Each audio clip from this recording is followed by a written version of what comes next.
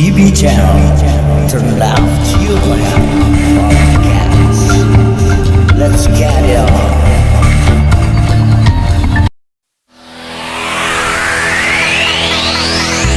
Assalamualaikum warahmatullahi wabarakatuh. Salam sejahtera. Adil kata lino bacuramin kasauga baseng kajubata. Bertemu lagi dengan saya, Tolong Bayo Ardi.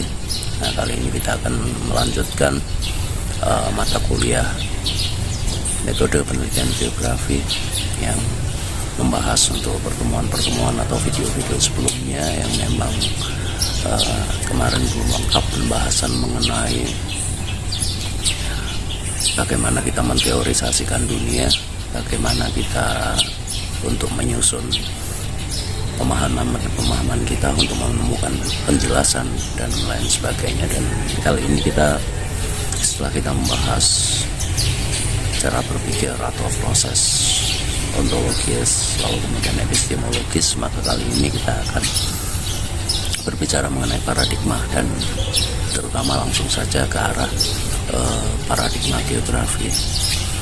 Beberapa hal mengenai paradigma geografi kemarin telah kita singgung, yaitu paradigma spatial science atau ilmu keruangan, paradigma humanisme atau humanistik, kemudian paradigma realisme kritis, dan juga paradigma poststruktural. Tapi kemarin hanya sedikit yang saya jelaskan dan belum saya sebutkan semuanya. Oke, kali ini kita akan langsung saja kita coba secara mendetail satu persatu, dan coba saya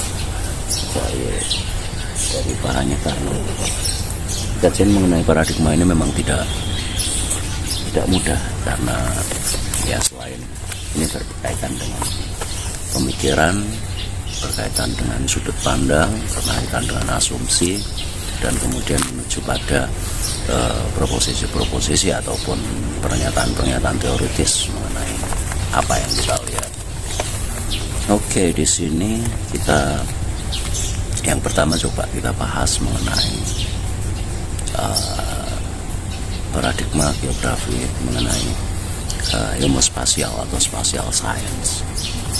Nah, di sini paradigma ini salah satu cirinya adalah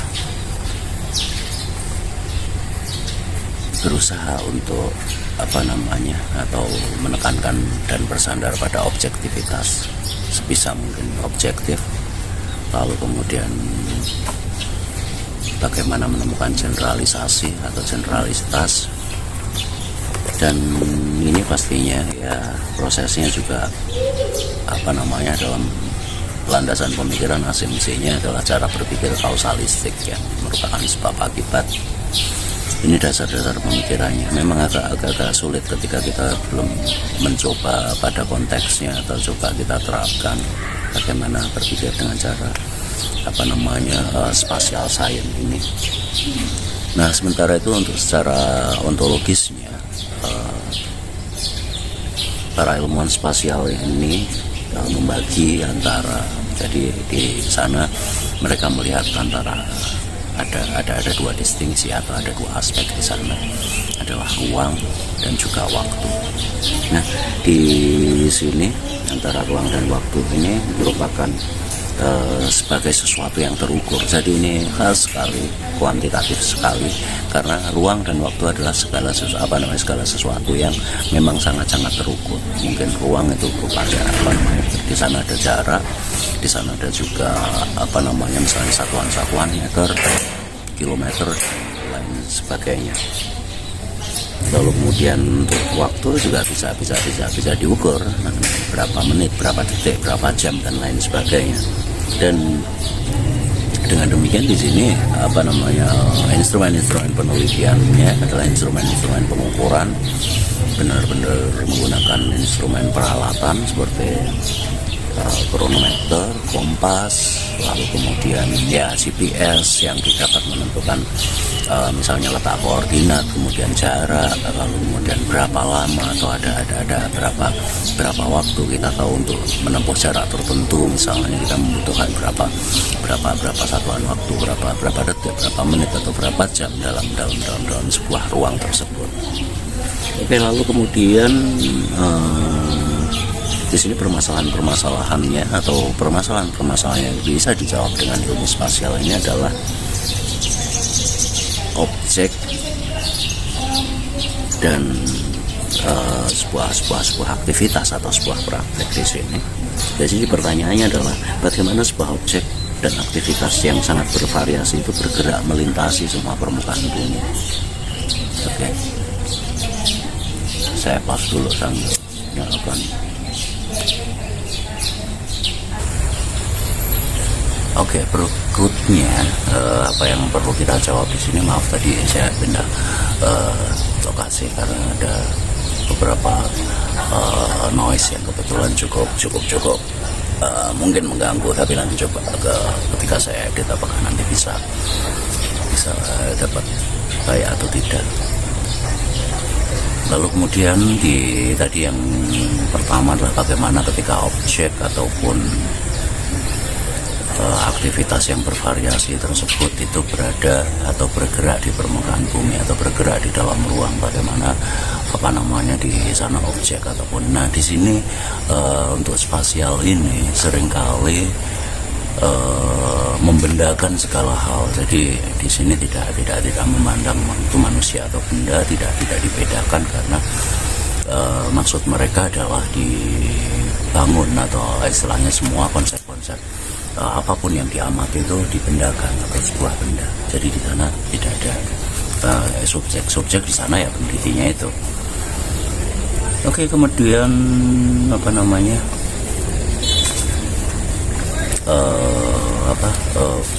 ini semua juga disebabkan karena pendekatan atau paradigma spasial sains ini atau ilmu spasial atau ilmu keruangan ini itu memang mengadopsi pada landasan filsafat realisme. Jadi sesuatu yang ada. Oke, kemudian tadi yang kedua kemudian menjelaskan atau mencari mengapa objek-objek tersebut dan aktivitasnya itu sangat bervariasi dan sangat-sangat bervariasi, dan baik itu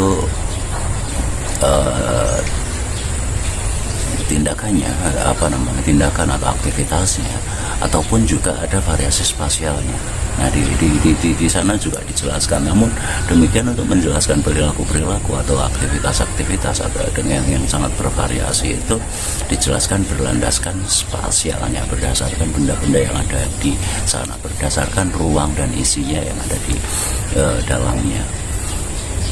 Lalu kemudian itu tadi merupakan ketika itu tadi sebagai penelitian pendekatan spasial dalam ilmu geografisnya. Kemudian dalam ranah deskriptifnya atau bidang ketika kita mau mendeskripsi secara deskriptif atau secara penjelasannya, hari ini hal ini diarahkan untuk menemukan suatu pola, karena dalam pola ini mereka yakin atau mereka memiliki keyakinan bahwa itu akan menjadi universal. Ada pola, arahnya, bentuk, itu dianggap sebagai sesuatu yang reguler, dianggap sesuatu yang ketika itu terjadi ya maka akan seperti itu terus, tidak terdapat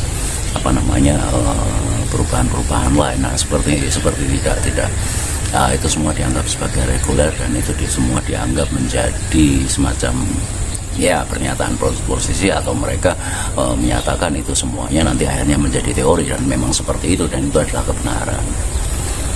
Nah, kemudian secara lebih lanjut ini semua pun juga dikembangkan model-model konseptual, walaupun dan beberapa diantaranya berkarakteristik kualitatif. Namun demikian kualitatif yang ada di sana adalah kualitatif yang memiliki karakter, itu semua dideskripsikan, itu semua dinarasikan dari sudut pandang ilmuannya, bukan dari sudut pandang objeknya, atau mereka-mereka yang beraktivitas, atau mereka-mereka yang ya katakanlah yang disebut manusia, tapi manusia yang ada di sana itu adalah segala sesuatu yang mereka amati. Jadi tidak dan perlu mengambil jarak di sana. Jadi ketika ada orang lain, adalah orang lain yang dijadikan objek, gitu. Bukan orang lain yang dijadikan subjek. Jadi subjeknya tetap para peneliti, pendapat-pendapatnya ataupun pemikiran-pemikirannya itu merupakan pemikiran-pemikiran dari peneliti tersebut. Kalau yang tadi jelas untuk masalah pengukuran jarak, ruang, dan waktu itu tadi memang merupakan pendekatan atau dengan data yang diceritakan, data-data kuantitatif atau data-data yang terukur. Lalu kemudian dan pertanyaan itu kemudian dibuat hipotesis. Jadi nanti kebenaran itu akan dijebak pada pilihan-pilihan yang disajikan yang diajukan oleh para ilmuwan atau para penelitinya. Jadi apakah iya, apakah tidak, ada dua hipotesis. Nah, nanti pada saat itu dicek, diamati, kemudian yang terbukti yang mana, yang iya atau yang tidak. Dan iya atau tidak dari kesimpulan itu dipukul rata, dianggap, diyakini, dinyatakan menjadi sebuah kebenaran. Oke, itu khas dari pemikiran-pemikiran ilmu-ilmu pasti. Dan itu bukan ilmu sosial atau pendapat-pendapat ilmu sosial hari ini, ataupun penelitian humaniora, karena di sana tidak ada yang disebut benda dan manusia. Di sana seakan-akan tidak dibedakan, semuanya empiris, semuanya logis, semuanya mempunyai logika tertentu dan bisa diukur itu.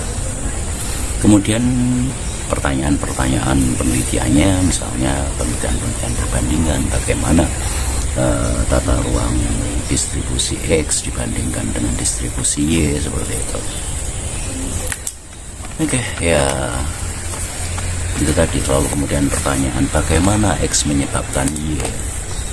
Nah, X di sini ketika itu penelitian merupakan X menyebabkan Y, itu dibuktikannya bukan dengan menjelaskan atau mengamatinya, tapi dengan menghitungnya, mengamati kecenderungannya, sehingga dari jumlah-jumlah atau dari angka-angka tersebut, dari misalnya frekuensi dan lain sebagainya, itu kemudian dapat dianalisis, digunakan untuk menjelaskan penyebab dari sebuah akibat atau Y tadi.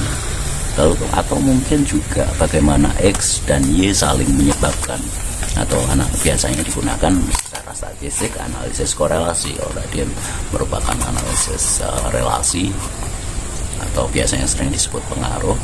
Nah, ini bagaimana mereka saling mempengaruhi itu dijelaskan, dan dengan uji-uji statistik supaya dianggap lebih ilmiah. Oke, itu tadi yang ilmu spasial yang memang sering kita gunakan, walaupun kualitatif kita masih tetap beranjak atau berpikir bahwa apa yang kita amati, apa yang kita teliti itu adalah objek.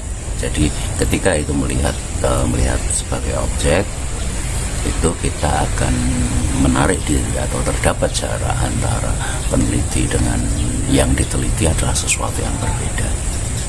Nah, di sini dan di sini merupakan akhirnya menjadi sebuah kritik dari paradigma berikutnya, yaitu paradigma humanisme atau paradigma yang lebih lebih manusiawi, atau sering juga dikatakan di sini geografi humanistik. Kita masih belum menggunakan paradigma itu, saya rasa, karena kita masih merasa sebagai peneliti itu adalah sesuatu pemikiran kita yang hanya satu-satunya pemikiran kita yang dapat menjelaskan mereka. Sementara dalam dalam geografi humanistik ini kita lebih manusia, dan ketika kita melihat itu objek itu adalah jenis interaksinya, objek itu adalah benda-benda di sekitarnya, lingkungan itu adalah objek, atau kejadian-kejadian dan peristiwa. Sementara para pelakunya itu tidak kita pandang sebagai objek, tapi mereka adalah subjek-subjek yang berada dalam ruang-ruang tersebut yang berada dalam wilayah-wilayah tersebut. Jadi dan bahkan di sana kita pun tidak bisa terlepas dari itu, karena sejauh-jauhnya kita mengambil jarak dengan objek, kita juga manusia, mereka juga manusia. Nah seperti itu. Nah pandangan inilah yang kemudian memunculkan paradigma geografi humanistik atau geografi yang lebih manusiawi, atau sering juga dikatakan geografi manusia. Jadi di sini manusia sudah dianggap atau dipandang sebagai faktor penting dalam fenomena-fenomena keruangan dan lebih jujur. Dan di sini untuk mengkajinya juga lebih menekankan pada ilmu tafsir atau sering disebut hermeneutik. Jadi untuk memperoleh pemahaman kita juga melakukan interpretasi, namun demikian interpretasi tersebut tidak lepas dari berbagai macam pendapat atau apa yang dirasakan oleh subjek-subjek atau mereka yang beraktivitas di dalam ruang yang kita kaji. Dan mereka pun juga istilahnya segala sesuatu interaksi di dalam ruang tersebut, baik interaksi manusia dengan lingkungannya atau dengan ruangnya, ataupun interaksi sesama subjek tersebut juga itu merupakan objeknya, interaksinya, bukan bukan pelaku-pelakunya yang kita sebut objek. Nah ini di sini berkembangnya geografi humanistik ini merupakan merupakan sebuah ketertarikan dalam para ahli geografi untuk mengamati atau mempelajari bukan hanya masyarakat dengan jumlah atau dengan kuantitas yang besar, tapi mungkin dengan kuantitas yang terbatas. Jadi ini kita dapat mengamati lebih cermat dan lebih mendalam, atau istilahnya ketika dengan menggunakan pendekatan spasial tadi kita melihat sesuatu itu luas dengan banyak orang, banyak aktivitas yang aneka ragam. Ini kita lebih fokus, namun demikian lebih dekat, dan kita memperoleh penjelasan pemahaman sehingga dapat menjelaskan lebih mendalam. Dan ini juga masih, tapi di sini masih juga menekankan segala sesuatu yang empiris, sesuatu yang dapat diobservasi, dan sesuatu yang dapat ditangkap oleh panca indera. Namun demikian kita akan mendengarkan, atau kita juga akan menjadi hal penting bahwa bagaimana pendapat apa yang dirasakan oleh para pelaku di dalam ruang tersebut itu menjadi hal yang sangat penting. Misalnya betapa berartinya lahan, seberapa berartinya istilahnya misalnya penting keterikatan mereka terhadap lahan, atau apa makna lahan bagi mereka. Misalnya apakah ya tanah ini adalah kehidupanku, seperti apa ya, pemahaman dan pemahaman seperti itu yang masih akan perlu digali lebih dalam di geografi humanistik ini.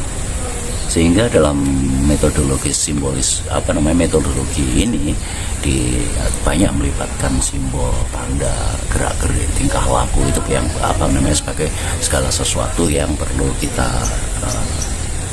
amati sebagai kesatuan antara manusia dengan lingkungan. Itu merupakan sesuatu yang memang tidak dapat dipisahkan, sesuatu yang tidak dapat dilepaskan, karena masing-masing memiliki makna, memiliki makna, dan masing-masing memiliki pemahaman, dan pemahaman itu sangat-sangat bervariasi tergantung intensi, kepentingan, lalu kemudian rasa dari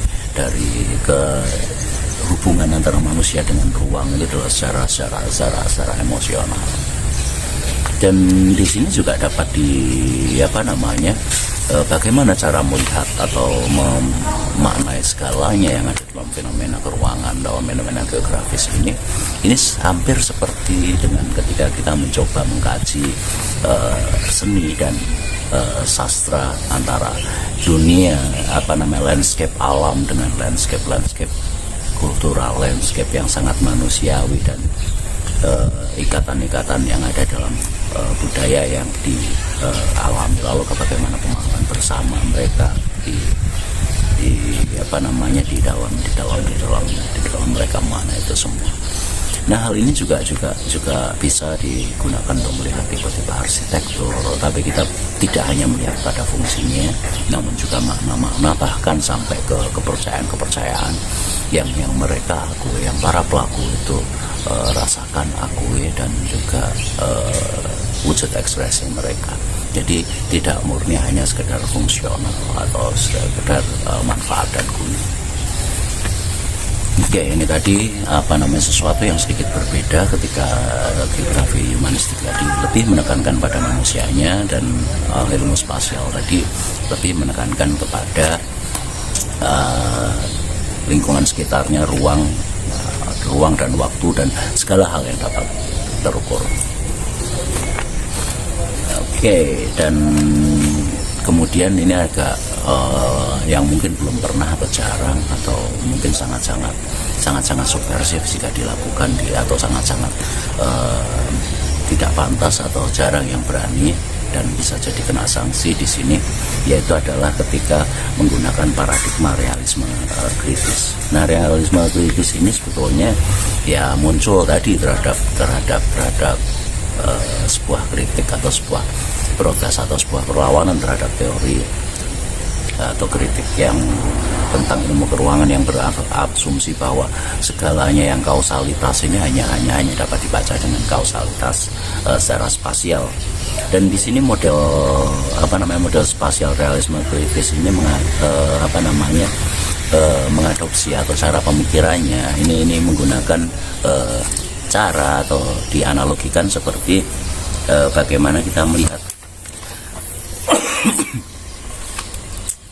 melihat gambar atau melihat sesuatu yang nampak sebagai refleksi atau cerminan dari struktur yang lebih luas. Seperti misalnya ini juga realisme kritis ini juga mengkritisi juga yang geografi humanisme tadi, yang terlalu fokus pada jaringan individu atau terlalu manusia banget gitu lah, dan sebagai agen perubahan, dan menyatakan bahwa yang merubah itu segalanya adalah hanya manusia saja. Dan nah ini juga ini berkaitan dengan paham atau para aliran geografi, yaitu determinis dan posibilis. Jadi ada pandangan yang bahwa manusia yang menentukan ruang atau menentukan perubahan segala macam yang ada di sekitar kita, atau lingkungan yang menentukan karakteristik manusia. Nah, seperti itu. Walaupun keduanya itu memang saling berseberangan, walaupun demikian itu semua layak kita pelajari, karena memang masing-masing juga memiliki alasan yang kuat. Hanya saja nanti apa yang kita temui dalam setiap penelitian, paradigma mana yang sesuai, atau kita juga akhirnya bisa melihat bahwa ternyata kita memandang secara apa, dan itu harus diakui secara jujur. Apakah kita dalam penelitian kita itu akhirnya kita menganalisis atau menggunakan paradigma atau landasan posibilis ataupun determinis. Kemudian di sini dan objek dari realisme kritis ini bukan variasi spasial, namun lebih ke peristiwa yang dapat menjelaskan berbagai macam perubahan, untuk menetapkan ya paling tidak kausalitas, namun lebih mendalam. Jadi tidak hanya permukaannya, dan harus membongkar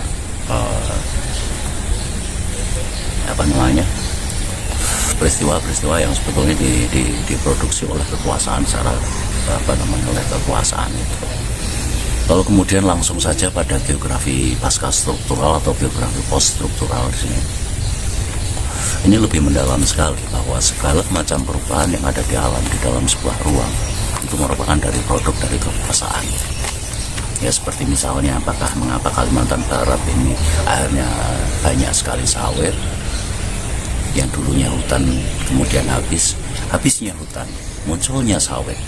Lalu kemudian berbagai macam kondisi yang ada saat ini pada misalnya di Kalimantan Barat ini merupakan produk dari kekuasaan. Dalam arti ini semua adalah hasil dari kebijakan. Tanpa kekuasaan, tanpa kebijakan, tanpa berbagai power atau kekuasaan itu tadi, itu tidak akan terjadi hal seperti itu. Begitu pandangan dari post struktural. Jadi ada struktur-struktur yang istilahnya yang menentukan segala hal yang terjadi dalam berbagai fenomena keruangan ini. Nah, di sini juga kita bisa melihat bahwa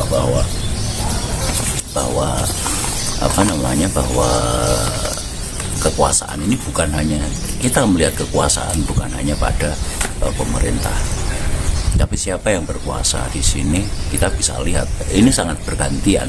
Kebijakan dapat menekan mereka yang saling berkuasa ini tidak hanya satu pihak seperti misalnya pemerintahan saja, tapi di sana ada kekuatan para pemilik modal, lalu kemudian di sana ada juga kekuatan dan kekuasaan milik dari masyarakat. Nah, kekuatan yang saling tarik menarik dan kondisi-kondisi inilah yang membawa sebuah perubahan yang ada di dalam sebuah ruang, dalam lingkungan kita, karena tidak mungkin ini semua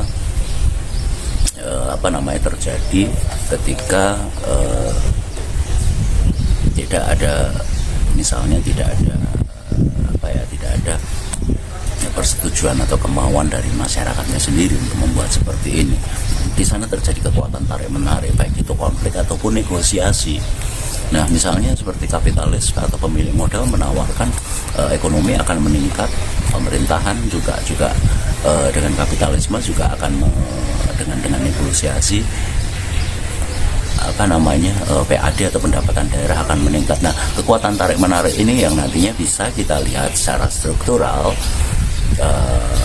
itu siapa yang paling dominan, dan sebetulnya yang menentukan adalah semacam pihak yang memiliki kekuatan lebih besar. Dan di sana juga tentu saja kekuatan politis, geopolitis, selain gerakan dari modal itu tadi. Oke, itu kira-kira, dan ini akan terus berubah nanti suatu saat. Yang menentukan ruang itu adalah pihak dari pemerintah, lalu kemudian atau mungkin ketika pemerintahnya juga cukup lemah posisi tawarnya, akan dimenangkan oleh kapitalis atau para pemilik modal. Ketika ada sebuah perlawanan dan kemudian perlawanan itu sangat-sangat besar, akhirnya bisa ditentukan oleh masyarakat lokal. Dan ini adalah proses politik yang tarik menarik, dan itu selalu berubah secara dinamis. Itu makanya perubahan yang dinamis dan cepat, dan tidak selamanya bahwa struktur itu adalah pemerintah, pengusaha, lalu kemudian masyarakat yang selalu ditekan. Belum tentu, ada juga kadang-kadang suatu saat terdapat perlawanan, bahkan kapitalis dan pemerintah itu ada suatu posisi di bawah pengaruh yang kuat oleh masyarakat yang memiliki bergaya power yang tinggi. Maka dari itu disebut post struktural, bahwa struktur itu tidak pernah langgeng, bahkan berubah sangat cepat.